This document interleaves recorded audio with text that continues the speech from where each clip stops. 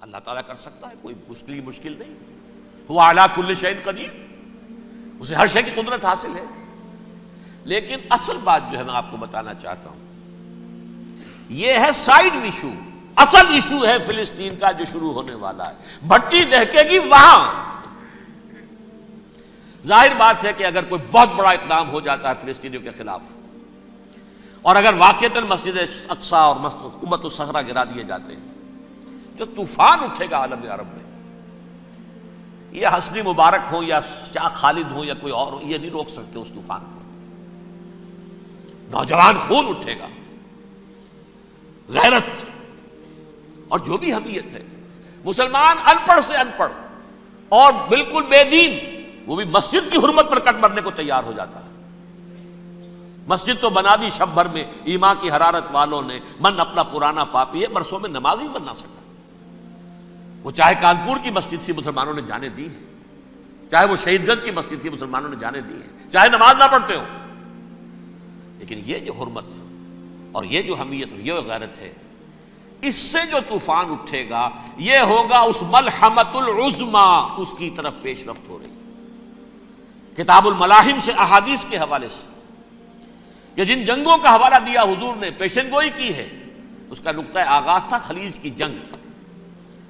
Saddam Hussein نے اسے کہا تھا یہ مدر آف وارز ہے، ام المحارب، یہ ایک جنگ نہیں ہے. اس کا نقشہ بھی حدیث میں موجود ہے، پیشن گوئی موجود تھی، اس وقت بھی ہم نے شائع کی تھی. لیکن اس میں جو جنگ اب ہونے والی وہ الملحمۃ العظمی. ملحمہ کسے کہتے ہیں؟ لحم گوشت کو کہتے ہیں، اور قصائی کی دکان کو عربی میں ملحم کہتے ہیں، جہاں گوشت کے ٹکڑے کیے جاتے ہیں. آج کل مشینوں سے ہوتے ہیں، اب جو ہے وہ ہاتھ سے چھریوں سے نہیں ہوتے، لیکن ٹکڑے ہو رہے ہوتے ہیں، جسموں کے چیتھڑے اڑ رہے ہوتے ہیں. ملحمہ، یہی لفظ استعمال کیا تھا حضرت سعد ابن عبادہ نے رضی اللہ تعالی عنہ یوم فتح مکہ. ان کے دل میں تھا کہ اب ہم انتقام لیں گے ان عربوں سے، ان قریش سے. الیوم یوم الملحمہ، الیوم یوم الملحمہ، یہ کہتے ہوئے جا رہے تھے. ایک خاص کیفیت، آج ہے گوشت کے ٹکڑے اڑانے کا دن. حضور سے کہا کسی نے جا کر کے ساتھ تو یہ کہہ رہے ہیں الیوم یوم الملحمہ، الیوم یوم الملحمہ. حضور نے فرمایا نہیں، ان سے کہو جا کر الیوم یوم المرحمہ، الیوم یوم المرحمہ، آج رحمت کا دن ہے، آج تو میں ان سب کو معاف کروں گا. لا تثریب علیکم اليوم، میں تم سے وہی بات کہہ رہا ہوں جو میرے بھائی یوسف نے کہی تھی اپنے بھائیوں سے، اذهبوا فانتم الطلقاء، جاؤ تم سب کے سب آزاد. وہ ملحمہ ہے جس کو کہ حضور نے حضرت معاذ بن جبل رضی اللہ تعالیٰ عنہ، اس کی روایت ہے، اس میں سے جو ابو داؤد میں روایت آئی ہے اس میں الملحمۃ العظمی، عظمی مؤنث ہے اعظم کا. آپ کہتے ہیں جنگ عظیم اول، جنگ عظیم دوم، عظیم کا باپ ہو گیا اعظم، سب سے بڑا، اور اس کا مؤنث ہے سب سے بڑی، عظمی. الملحمۃ العظمی، سب سے بڑی لڑائی. میرے نزدیک یہ وار کے معنی میں نہیں ہے، بیٹل کے معنی میں. انگریزی میں یہ دو لفظ علیحدہ ہیں، وار، بیٹل. وار سالوں کو محیط ہوتی ہے، بیٹل کسی ایک خاص جگہ پر جو لڑائی ہوتی ہے اس کو کہتے ہیں. حضور کے اور قریش کے درمیان 6 سالہ وار تھی، جنگ تھی. لیکن battles, battle of Uhud, battle of Badr, یہ بیٹلز تھی، لڑائیاں تھیں. تو عظیم ترین جنگ شاید اس اعتبار سے نہ ہو جیسے کہ ورلڈ وار 1 اور ورلڈ وار 2، یعنی اس کی وسعت کا اتنا معاملہ نہیں اور طوالت کا نہیں. لیکن جو لڑائی جو ہے بیٹل ہونی ہے، جس کو کہ یہ لوگ، یا چونکہ میں نے کہا تھا شروع میں کہ سرما ہے میری آنکھ کا خاک حجاز و ہول قدس، نیو ٹیسٹمنٹ کی آخری کتاب ہے the book of Revelation, Revelation of saint John. اس میں آرمگڈون کہا گیا ہے اسے. ہر مجدون، یہ عبرانی لفظ ہے، ہر کہتے ہیں اونچی جگہ کو، سطح مرتفع. مجدون میگیڈو، میگیڈو ایک وادی ہے، مرتفع، وادی مرتفع. یہ ہے واقع لبنان، اسرائیل اور شام کے درمیان جو ٹکڑا، جو ٹرائنگل بنتی ہے، یہ ہے، یہاں پر بڑی جنگ لڑی جائے گی. اور یہ جنگ جنگ صلیب ہوگی جو کہا ہے بش نے، یہ جنگ صلیب. سیکنڈ ملینیم شروع ہوئی تھی تو پہلی صلیبی جنگ ہوئی تھی، تھرڈ ملینیم شروع ہوا ہے، یہ سیکنڈ صلیبی جنگ ہے، یہ کروسیڈ ہے. اور میں اس مرتبہ امریکہ گیا تھا تو پہلی مرتبہ مجھے وہاں ایک رسالہ ملا ٹرمپٹ نام کا. یہ امریکہ کے جو بہت ایکسٹریمسٹ قسم کے پروٹیسٹنٹس ہیں یہ ان کا رسالہ ہے, اور ان کے بارے میں اب کہا جا رہا ہے وہ کرسچین زائنسٹ ہیں. آپ شاید پہلی مرتبہ یہ لفظ سن رہے ہوں.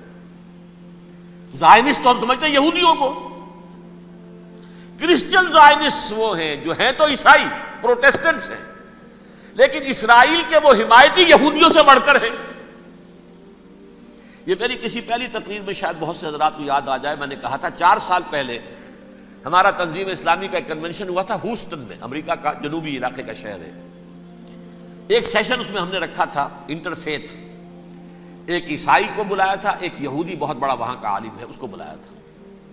اس یہودی عالم نے ڈاکٹر وشوگراڈ جو وہاں کی یونیورسٹی میں پروفیسر ایمیریٹس ہے, اس نے کہا تھا کہ یہ اسرائیل کو تو سپورٹ کر رہے ہیں عیسائی, ہم تو نہیں کر رہے.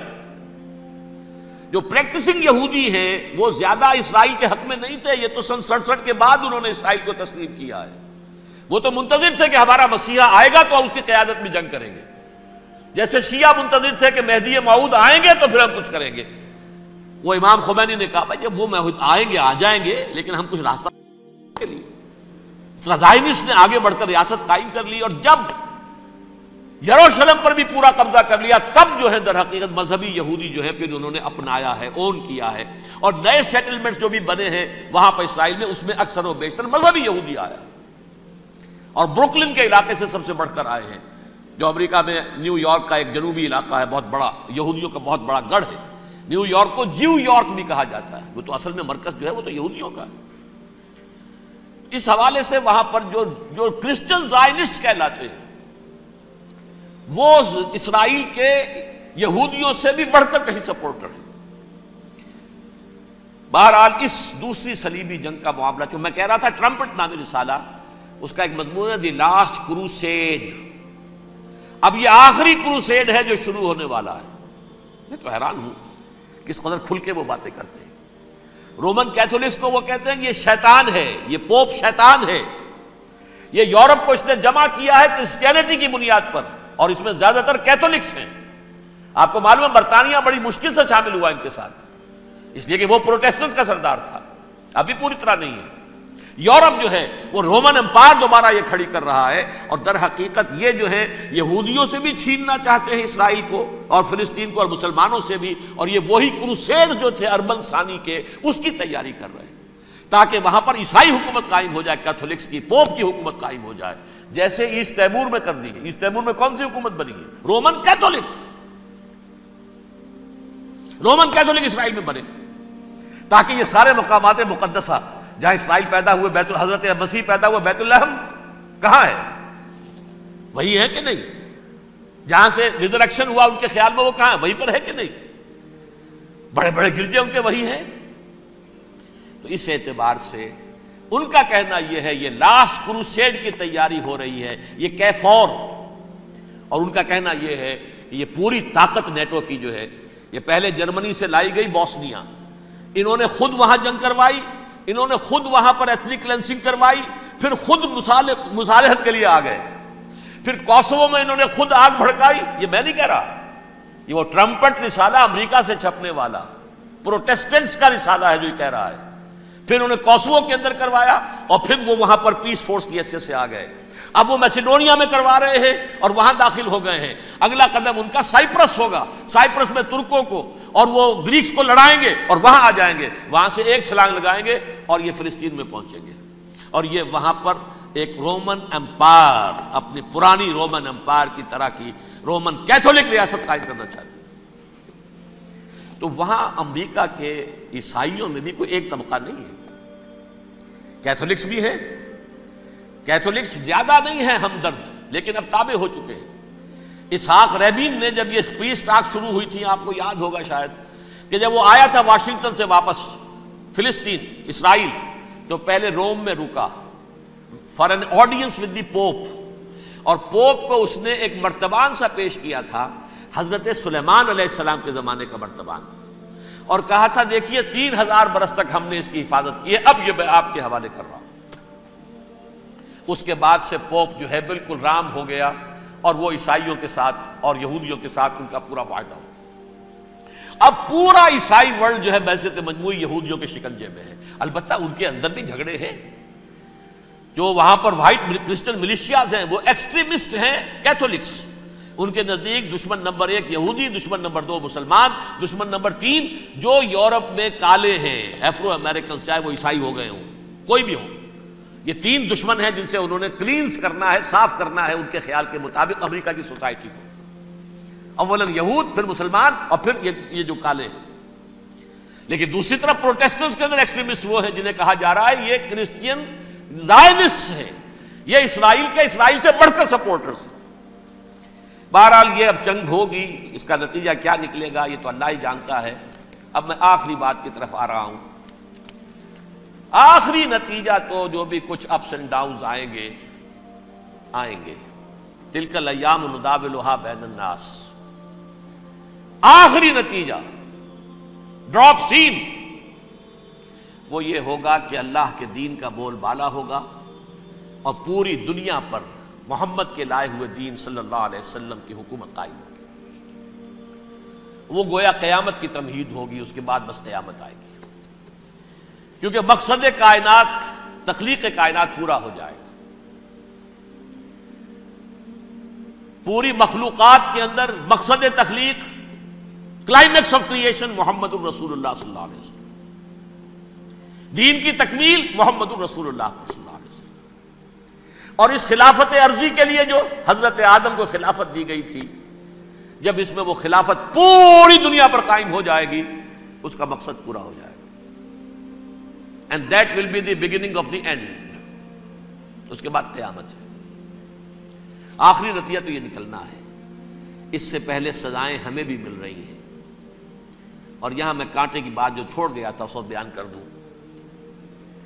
اللہ نے اس مغضوب علیہم قوم کو، اس ملعون قوم کو کیوں اب تک چھوٹ دیے رکھی؟ میں بتا چکا ہوں یہ بڑے عذاب کے مستحق ہو چکے تھے حضرت عیسیٰ علیہ السلام کے زمانے میں،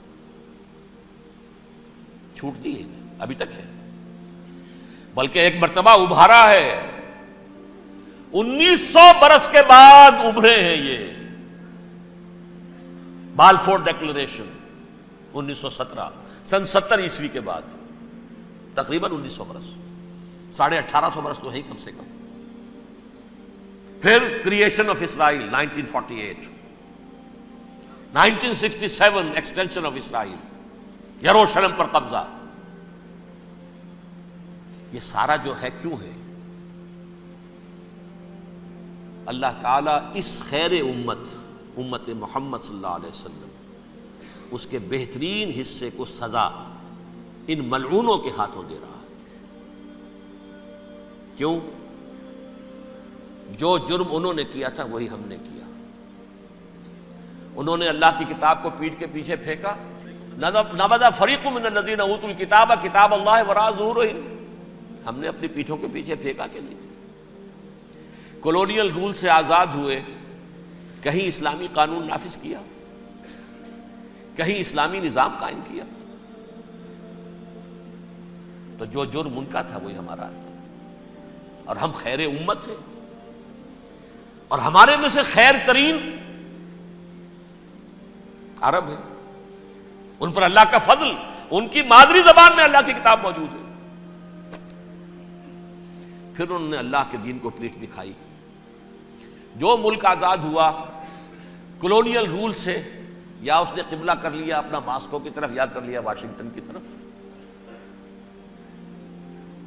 کسی نے مکے کو قبلہ بنایا،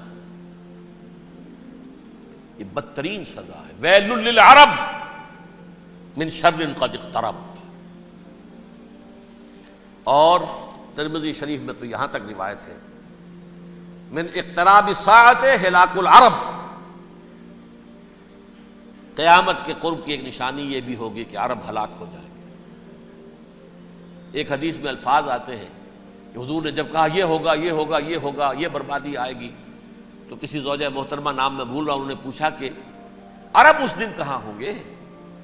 فرمایا العرب یومئذ قلیل، بہت کم۔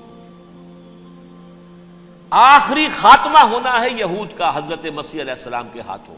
وہ عذاب جو 2000 برس تک ان سے ٹلا رہا وہ آئے گا اور ان کے رسول ہی کے ہاتھوں آئے گا. لیکن اس سے پہلے مسلمانوں پر یہ عذاب آ رہا ہے، ہولوکاسٹ کے درجے کا عذاب آ رہا ہے.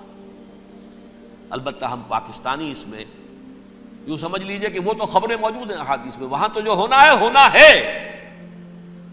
اتنے انسان مریں گے کہ ایک پرندہ جو ہے اڑتا چلا جائے گا، وہ نہیں چاہے گا کہ نیچے اترے تو کسی لاش پر اترے، اسے جگہ نہیں ملے گی زمین خالی کر کہیں اتر سکے، تھک ہار کر گرے گا، مرے گا تو بھی لاش کے اوپر گرے گا. یہ الفاظ ہے حضور کے صلی اللہ علیہ وسلم. الملحمۃ العظمیٰ الملحمۃ الکبریٰ، یہ لاسٹ کروسیڈ. ٹرمپٹ اخبار نے، میں اس کا فوٹو اسٹیٹ بھی کبھی آپ کو دکھا دوں، ویسے میرے ساتھ ہے وہ رسالہ ٹرمپٹ. دی لاسٹ کروسیڈ، اس کی تیاری ہو رہی ہے. وہ الملحمۃ العظمیٰ اور ملحمۃ الکبریٰ جو ہے وہ آنے والی ہے. ابن ماجہ میں اس کبریٰ کہا ہے، اکبر کا مؤنث کبریٰ. ملحمہ کبریٰ سب سے بڑی جنگ اور ملحمہ عظمیٰ سب سے عظیم جنگ. یہ ہوگی اور بہت جلد ہوگی.